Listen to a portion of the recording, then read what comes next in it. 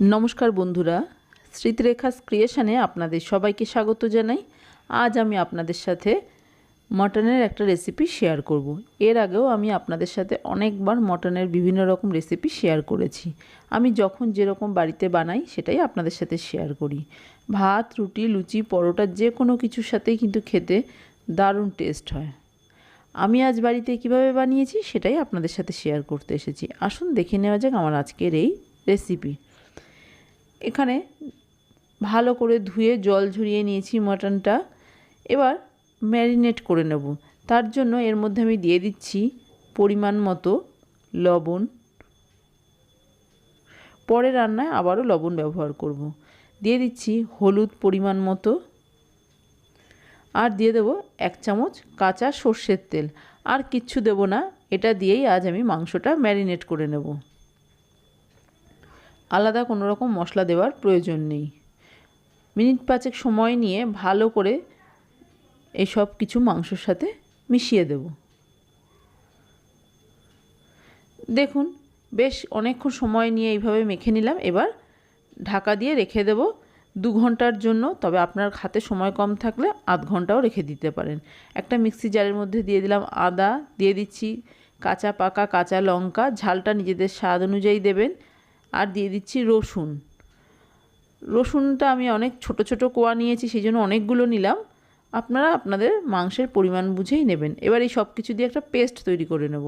রান্নাটা শুরু করার জন্য গ্যাসে একটা কড়াই বসিয়ে দিয়ে দিলাম বেশ কিছুটা সর্ষের তেল। তেল গরম করে নিয়ে এর মধ্যে প্রথমেই দিয়ে দিচ্ছি আলু। প্রত্যেকটা আলু আমি 2 টুকরো করে কেটে নিয়েছি। এবার এই আলুটা নাড়াচাড়া করে লাল করে ভেজে নেব। দেখুন, আলু কিন্তু আমার ভাজা হয়ে গেছে। এর থেকে বেশি আর ভাজবার কোনো প্রয়োজন নেই। এবার এই আলুগুলোকে আমি একটা অন্য পাত্রে তুলে নেব। বাকি রান্নাটা আমি এই তেলেই করে নেব। এখান থেকে একটু তেল কমিয়েও নেব, অনেকটাই তেল আছে। এবার এই তেলের মধ্যে ফোড়নের জন্য দিয়ে দিলাম গোটা গরম মশলা, শুকনো লঙ্কা, তেজপাতা। গরম মশলার মধ্যে নিয়েছি এলাচ, দারচিনি, লবঙ্গ। কিছুক্ষণ নেড়েচেড়ে ভেজে নিয়ে এর মধ্যে আমি দিয়ে দিলাম পেঁয়াজ কুচি। পেঁয়াজটা দিয়ে কালার চেঞ্জ হওয়া পর্যন্ত একটু ভেজে নেব, তবে কিন্তু লাল করে ভাজবার কোনো প্রয়োজন নেই।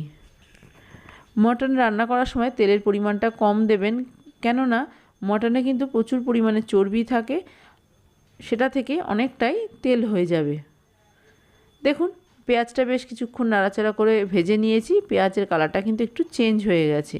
এবার এর মধ্যে দিয়ে দিচ্ছি আদা, রসুন আর কাঁচা লঙ্কার যে পেস্ট রেডি করে রেখেছিলাম, সেই পেস্টটা, সম্পূর্ণ পেস্টটাই এখানে আমি ব্যবহার করে নেব।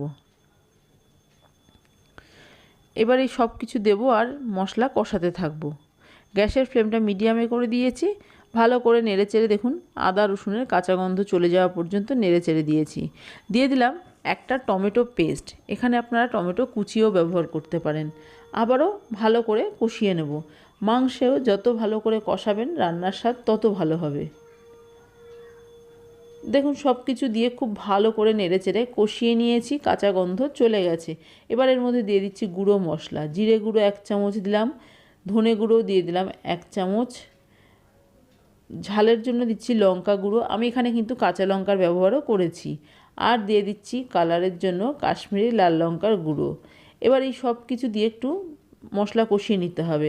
দিয়ে দিচ্ছি তার মধ্যেই হলুদ আর লবণ পরিমাণ মতো। মাংসয় লবণ মাখানো আছে, সেটা খেয়াল করেই কিন্তু লবণের ব্যবহারটা করবেন। আবারও কিছুক্ষণ কষিয়ে নেব। দিয়ে দিচ্ছি সামান্য একটু গরম জল। যেহেতু গুঁড়ো মশলা দিয়েছি সেই জন্য একটু গরম জল দিলাম, তাহলে মশলা পুড়ে যাবে না। আর গ্যাসের ফ্লেমটা অবশ্যই মিডিয়ামে রেখে মশলা কষিয়ে নেবেন। বেশ কিছুক্ষণ নাড়াচাড়া করে মশলা কষিয়ে নিচ্ছি। দেখুন, মশলা থেকে কিন্তু তেল সেপারেট হতে শুরু করেছে। খুব ভালো করে মশলা কষানো হয়েছে। এবার এর মধ্যে দিয়ে দিচ্ছি টক দই। এই দইটা আমার বাড়িতে তৈরি করা, আপনারা কেনা দইও দিতে পারেন। দই দিয়েও ভালো করে মশলার সাথে মিশিয়ে দিচ্ছি। এই সময় গ্যাসের ফ্লেমটা একদম লোতে করে দিয়েছি। দেখুন, দই দিয়ে বেশ ভালো করে নেড়েচেড়ে দিয়েছি। এবার 1 থেকে 1.5 মিনিট ভালো করে মশলাটা আবারও কষিয়ে নেব। মশলা দেখুন বেশ ভালো করে কষানো হয়ে গেছে। এবার এর মধ্যে আমি দিয়ে দিচ্ছি মাংস। মাংস দিয়ে আবারও বেশ কিছুক্ষণ ভালো করে কষিয়ে নিতে হবে। ভালো করে নেড়ে চেড়ে দিচ্ছি মাংস দেওয়ার পর। মাংস থেকে দেখবেন অনেকটাই জল বেরোবে, সেই জল দিয়েই কিন্তু মাংস খুব ভালো করে কষানো হয়ে যাবে। আলাদা করে জল ব্যবহার করার কোনো প্রয়োজন নেই মাংস কষানোর সময়। এবার ঢাকা দিয়ে দেবো। এইভাবে ঢাকা চাপা দিয়ে রান্নাটা করতে হবে। দেখুন কিছুক্ষণ ঢাকা দিয়ে রেখেছিলাম, মাংস থেকে কিন্তু জল বেরোতে শুরু করেছে, আরও জল বেরোবে। মাঝে মাঝে ঢাকনা খুলে ভালো করে একটু নেড়ে চেড়ে দিতে হবে, না হলে কিন্তু কড়াইয়ের নিচে লেগে যেতে পারে। আবারও ভালো করে একটু নেড়ে চেড়ে দিয়েছি। এবার ঢাকা দিয়ে কিছুক্ষণ আবারও কষতে দেব। দেখুন কিছুক্ষণ ঢাকা দিয়ে রেখেছিলাম, এবার ঢাকনা খুলে দেখে নিচ্ছি। দেখুন মাংস থেকে কিন্তু অনেকটা জল বেরিয়েছে, বেশ অনেকটা জল বেরিয়েছে। এই জলেই আমি মাংসটা কষিয়ে নেব। যদি আপনাদের মনে হয় মাংস কষানোর সময় জলের প্রয়োজন হবে, তাহলে কিন্তু অবশ্যই গরম জল ব্যবহার করবেন, কখনোই ঠান্ডা জল দিয়ে মাংস কষাবেন না। এইভাবে বারবার নাড়াচাড়া করব আর ঢাকা দিয়ে দিয়ে কষিয়ে নেব। দেখুন বেশ কিছুক্ষণ এইভাবে কষিয়ে নিয়েছি। মাংস থেকে যে জল বেরিয়েছিল সেই জলটা কিন্তু প্রায় শুকিয়েই গেছে। মাংসও খুব ভালো করে কষানো হয়ে গেছে। এবার এর মধ্যে দিয়ে দিচ্ছি ভেজে রাখা আলু। আলু দিয়েও মিনিট দুয়েক সময় নিয়ে ভালো করে মশলার সাথে কষিয়ে নেব। তাহলে আলুগুলোও কিন্তু খেতে খুব ভালো লাগবে। যেহেতু আলু ভাজার সময় আমি কোনো রকম লবণের ব্যবহার করিনি, তাই এই সময় আলুটা দিয়ে একটু কষিয়ে নিচ্ছি। ভালো করে নেড়ে চেড়ে দিয়েছি, দিয়ে এবার ঢাকা দিয়ে দিলাম। কিছুক্ষণ ঢাকা দিয়ে রেখেছিলাম, এবার ঢাকনা খুলে একটু দেখে নেব। দেখুন তেল বেরিয়ে গেছে, মশলা এতটাই ভালো করে কষিয়ে নিয়েছি। এবার আমি এই মাংসটা প্রেসার কুকারে সেদ্ধ করে নেব। তার জন্য একটা প্রেসার কুকারের মধ্যে মাংসটা দিয়ে দিচ্ছি। আপনারা চাইলে কড়াইয়ের মধ্যেও সেদ্ধ করে নিতে পারেন, তবে সেক্ষেত্রে সময়টা অনেক বেশি লাগবে। প্রেসার কুকারে খুব তাড়াতাড়ি সেদ্ধ হয়ে যাবে। সম্পূর্ণ মাংসটা নিয়ে নিলাম। এবার ওই কড়াই ধুয়েই কিছুটা গরম জল দিয়ে দিলাম প্রেসার কুকারের মধ্যে। দিয়ে দিচ্ছি আরও কিছুটা গরম জল। খুব বেশি কিন্তু জল দেওয়ার প্রয়োজন নেই, মাংস আর জল যেন সমান সমান থাকে। মাংসর থেকে যদি জল বেশি হয় তাহলে কিন্তু প্রেসার কুকার থেকে জল বেরিয়ে যাবে। দিয়ে দিলাম দুটো কাঁচা লঙ্কা আর দিয়ে দেব কসুরি মেথি। এটা অপশনাল, আপনার কাছে থাকলে দেবেন, না হয় বাদ দিয়ে দেবেন। নাড়াচাড়া আর করলাম না। এবার প্রেসার কুকারের ঢাকনা আটকে একটা সিটি দিয়ে তারপরে 5 মিনিট আমি গ্যাসটা কমিয়ে বসিয়ে রেখেছিলাম। দেখুন সম্পূর্ণ প্রেসার বেরিয়ে যাওয়ার পর দেখে নিচ্ছি কতটা তেল বেরিয়েছে। দেখুন খুব হালকা হাতে নাড়াচাড়া করব, আলুগুলো না হলে ভেঙে যাবে। একটা মাংস আমি আপনাদের দেখিয়ে দিচ্ছি কেটে কতটা সুন্দরভাবে সেদ্ধ হয়ে গেছে। দেখুন খুব সহজেই কিন্তু মাংস কেটে নেওয়া যাচ্ছে। এতেই বোঝা যাচ্ছে মাংস কিন্তু খুব ভালো মতো সেদ্ধ হয়েছে।